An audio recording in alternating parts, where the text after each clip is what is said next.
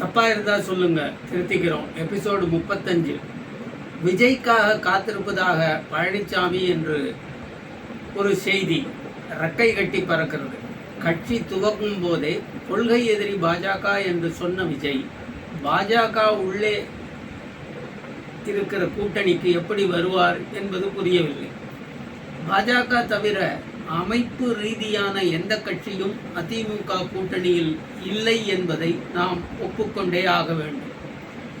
யார் என்ன தலைகீழாக நின்றாலும் சீமானை எப்படி பாஜக கூட்டணிக்குள் கொண்டு வர முடியாதோ அதே நிலைமைதான் தாவேக விஷயத்திலும்.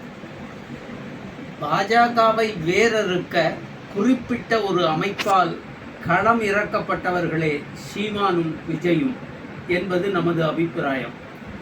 எவ்வளவு பெரிய மாநாடுகள், 234 தொகுதியிலும் வேட்பாளர்கள் என்று தேர்தல் களத்தை அதகளப்படுத்தும் சீமானின் தொண்டர்கள் அளித்த நிதி அவ்வளவு கோடிகள் கிடைத்து விட்டதா என்ன? விஜய் நடத்திய கூட்டங்களுக்கு எத்தனை கோடிகள் செலவாகி இருக்கும்? மிகப்பெரிய அமைப்பின் நிதி ஆதார பின்புலம் இல்லாமல் இதெல்லாம் சாத்தியமே இல்லை.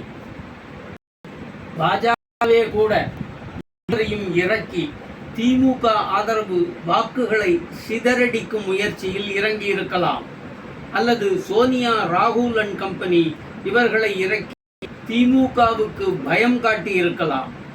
திமுகவே கூட தனது ஆதரவு அமைப்புகளின் மூலம் இருவருக்கும் கொம்பு சீவி தேசிய ஜனநாயக கூட்டணிக்கு வாக்குகள் சென்று விடாமல் பிரித்தெடுக்கும் முயற்சியில் ஈடுபட்டிருக்கலாம்.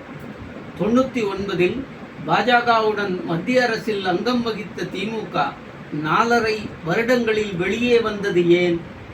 பெரிய ஆஃபர் இந்திரா காங்கிரசிடமிருந்து வந்தது. அதை பயன்படுத்தி கொண்டது திமுக. கொள்கைக்காக கூட்டணியில் உள்ள ஒரே கட்சி விசிக மட்டும்தான் என்று சொல்வேன்.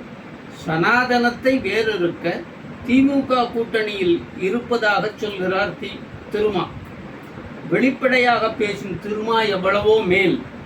கொள்கை குழப்ப விதை விதைத்து ஆட்சி பீடத்தை அறுவடை செய்ய பார்க்கும் அரசியல் கட்சிகளுக்கு பாடம் புகட்ட மக்கள் தாங்கள் ஏமாறவில்லை என்பதை உணர்த்த தேசிய ஜனநாயக கூட்டணிக்கே வாக்களிக்க வேண்டும் என்பது எனது எண்ணமாக இருக்கிறது.